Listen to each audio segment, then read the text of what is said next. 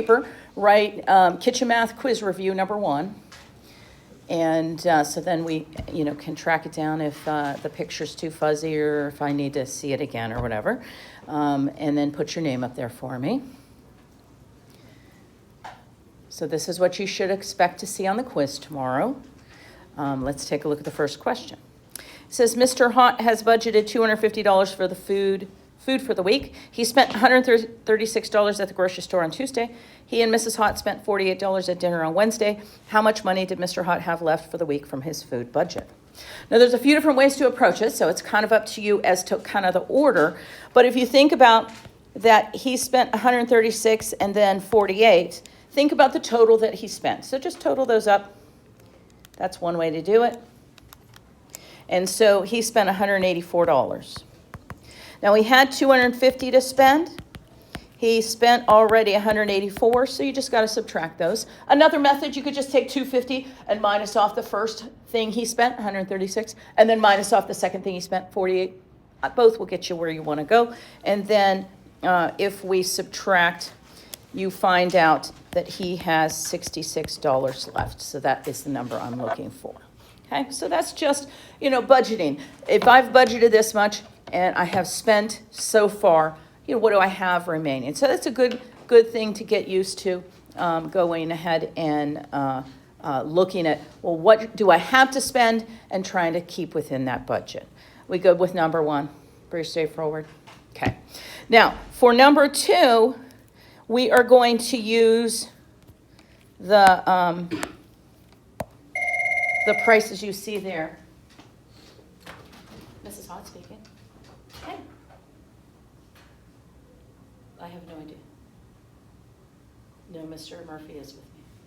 That's okay. Okay. Yeah, he's here. Yeah, no problem. Okay, bye. They want you in guidance. Yeah, but he's in trouble. Okay, so we're going to use this a few different times along the way. So we're going to use it for problem number 2. We're going to use it again, I think, one a little bit later. Okay, so it says that Marissa is shopping at Walmart. She's buying the things on the list here. Just use the prices in the chart, okay? So if she is buying 2 dozen eggs, just please make sure you're reading what the item says. You're going to do, just in this little block or, on your paper, you're going to put 282, and she's going to buy 2 of them. And so all you got to do for the total cost is 282 times 2. So she's going to spend $5.64 on eggs. And then if we look at spaghetti, a pound of spaghetti is $3.12. You could put times 1, but I know that that's the price because she's only getting 1 of them. And then 2 jars of red sauce. The red sauce is $2.48, so make sure you put $2.48 times 2. And then if you double that price, that's $4.96. And then Parmesan cheese is $4.44. There's only 1 of them. You can put the times 1 if you like that consistency, or feel free to just, put the price down. And guess what? Totaling, just total up the bill. So if you add all those up, if you've done this a little bit ahead of me, you should have got a total. Did you guys get 1816? Is that what you got? Great. Okay. So you're just using the prices that are given to answer the question. Make sure if the quantity is not just 1, that you account for that when you are doing your thing. Now, tomorrow, when you take the quiz, you'll have everything right on the paper, so you won't have to make the charts or do any, or try to, keep yours organized at all. But all I really need to see on your paper for problem number 2 kind of is this stuff right here. Okay. Did we have any questions about how we found those amounts? Makes sense? Good to go? Okay. Now, unit price is something we just talked about in the last lesson.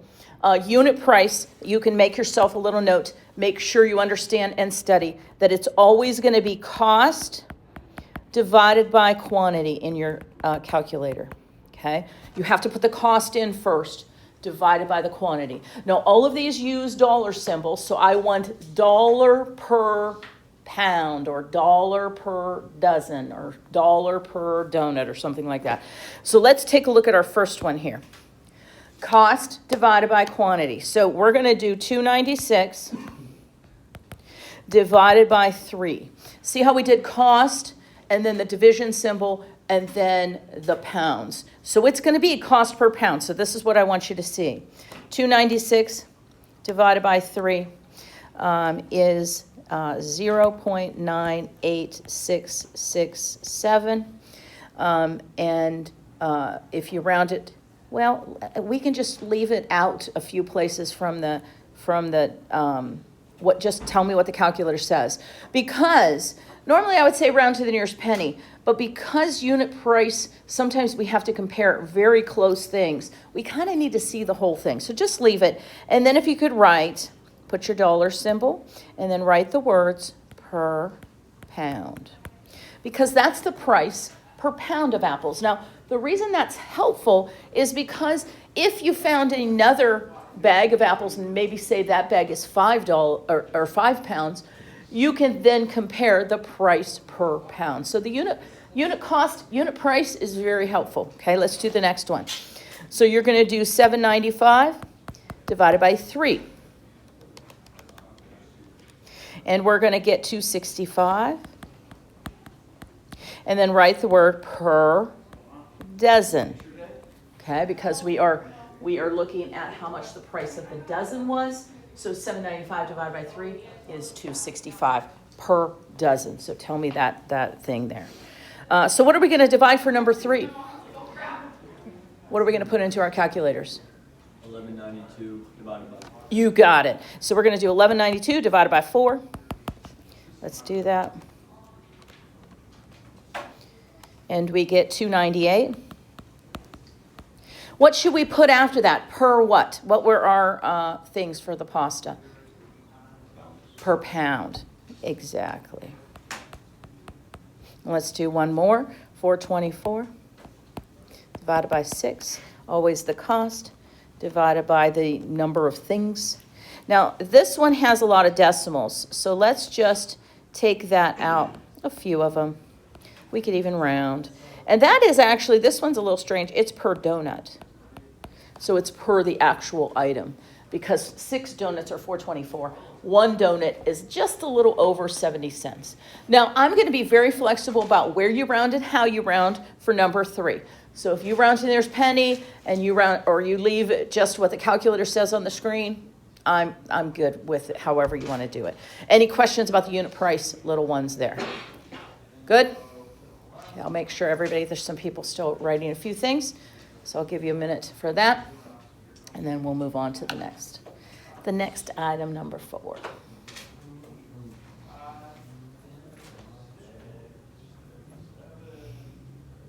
Everybody caught up? Okay. Now, number 4, we're still going to use the Walmart prices. So when you get your paper tomorrow, you might have to flip over to look at those prices. Now, it says to estimate. See that word right here? If it says to estimate, let's just round to the closest dollar. And, you know, I know that when I go grocery shopping, let's say that I know I only want to spend $100.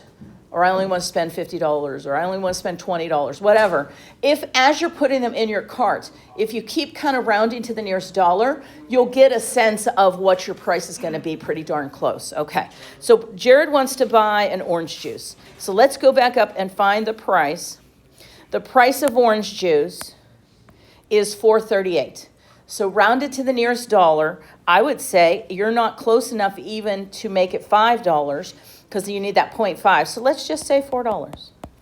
So he's only buying one of them, so his total cost is $4 for those. Okay. Now let's go up to the frozen pizza. So if we look at frozen pizza is $6.47. Is it closer to $6 or is it closer, should we round up to 7? What do you think? Are we closer to $6 or are we closer to 7? 6.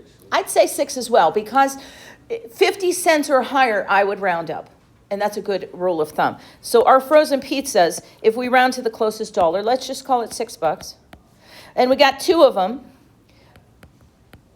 So he needs around $12 to spend for pizza. Now let's go up to Italian bread. Italian bread says $2.97. Is that closer to $2 or $3? $2.97.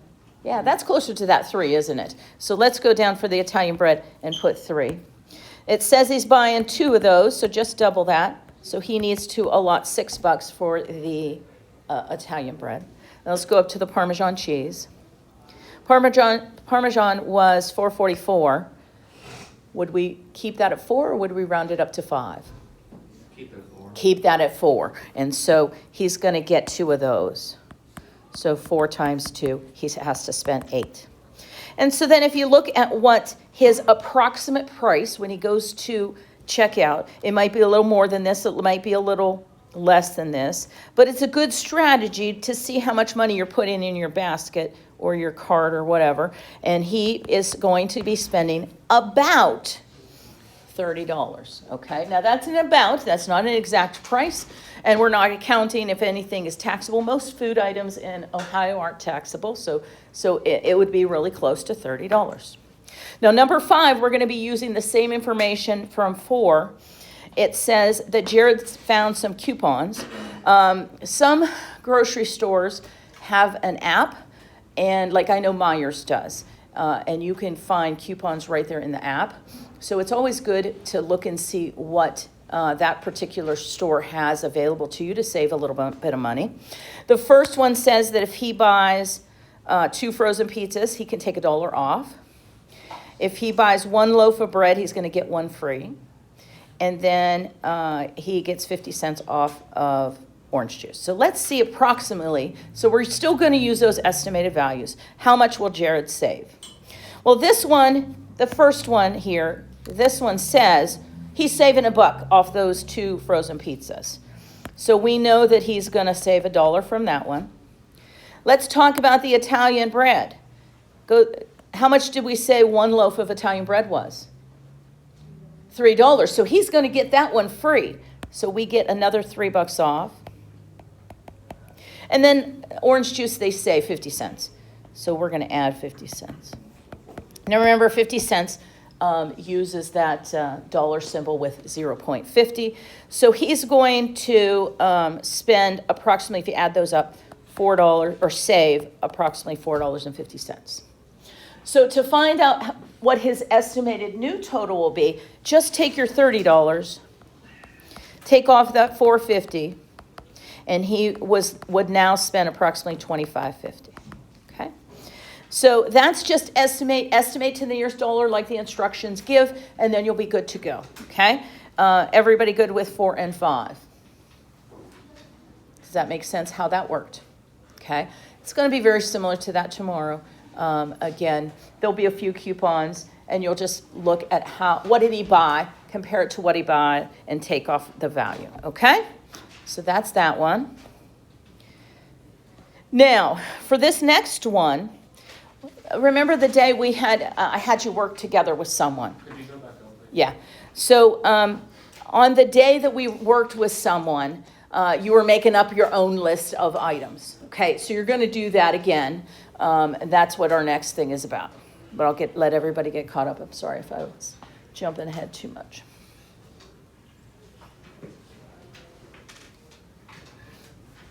So now let's take a look at number 6. So you're gonna do this yourself, okay, for just a minute. Let's see what you can come up with. You're gonna make your own grocery list. Here are the items that you have to choose from and their prices. You have to make a list of 6 items to buy, and you must stay within your budget of $25, okay?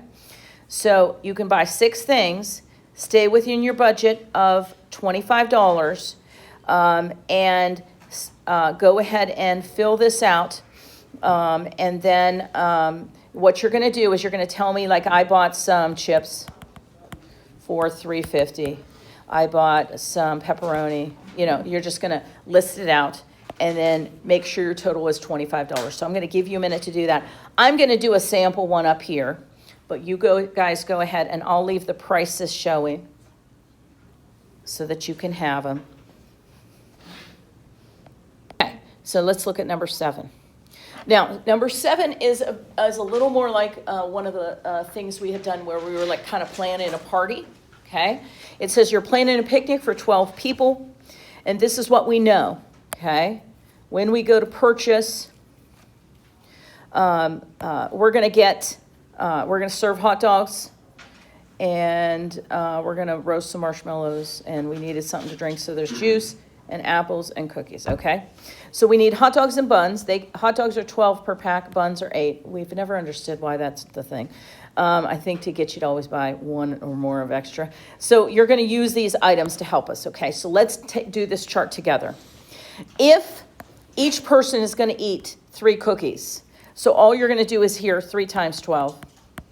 So that would be 36. What I would do tomorrow when you take the quiz is let's fill out that column first, okay?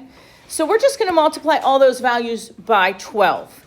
If it's 15 people, you multiply by 15. If it's 10 people, you multiply by 10. So this would be 2 hot dogs by 12 people would be 24 hot dogs is what you need. 2 buns for 12 people would be 24 buns. 1 box, juice box for 12 people would be 12. 1 apple would be 12. 4 marshmallows per person for 12 people, just multiply, and you get 48. So I would do that column first, because that's really simple. So however many people have come to your party, just multiply by the quantity that they're going to be expected on average to eat. Now here's the part that's a little weird, okay? For this part, we always... At this time, juniors, you can head to the auditorium to have your photo taken, whether you're buying or not. Juniors, go to the auditorium. We always round up this section because you can't go into the store and buy a half of a pack of cookies or a half of a pack of hot dogs. So if we get something like 4.2, 4.7, we always round up to 5. So we always round up. Okay, so let's see how we do this. So the cookies come in a pack of 16. So all you're going to do is take 36 divided by 16, because it says I need 36 cookies. There are 16 in a pack. We're going to divide. We're going to see what the calculator says. 36 divided by 16 is 2.25. We always round up to the next package. We can't buy 2.25 packages, so the answer would be 3 packs. We would have to buy 3 packs of cookies. Let's do it again for hot dogs. 24 divided by, there are 12 in a pack, is exactly 2. So we only have to buy 2. There's no extra little decimal we have to deal with. Buns, 24 divided by 8 is exactly 3. So we only have to buy 3 of those. Now juice comes in a 6-pack. So 12 divided by 6 is exactly 2 packs. So if it comes out exact, you don't round. Because there's no rounding to be done. Apples, there's 10 per bag. We need 12. 12 divided by 10 is 1.2. So unfortunately for that little bit of 0.2, we got to round it up to 2. And then we need 48 marshmallows. They come in a 45 pack.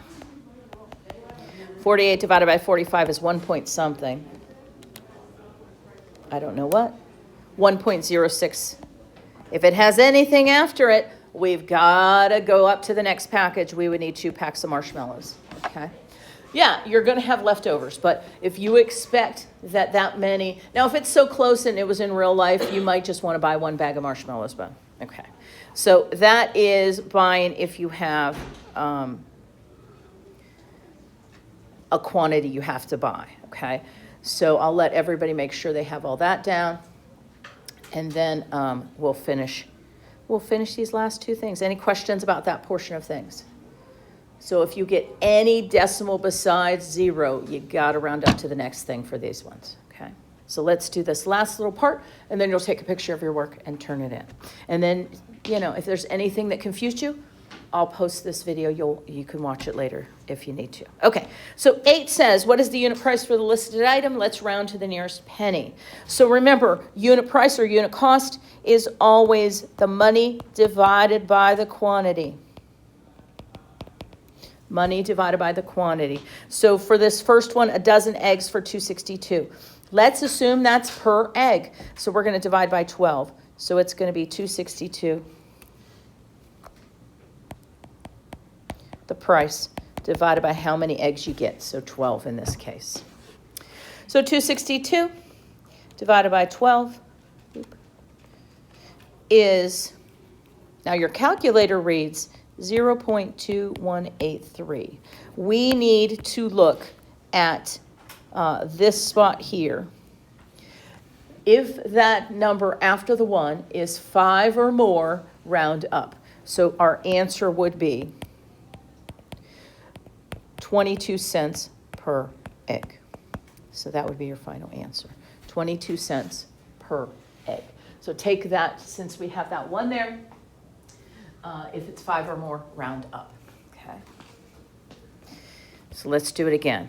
10 apples for $2.96. We're going to do $2.96 divided by 10,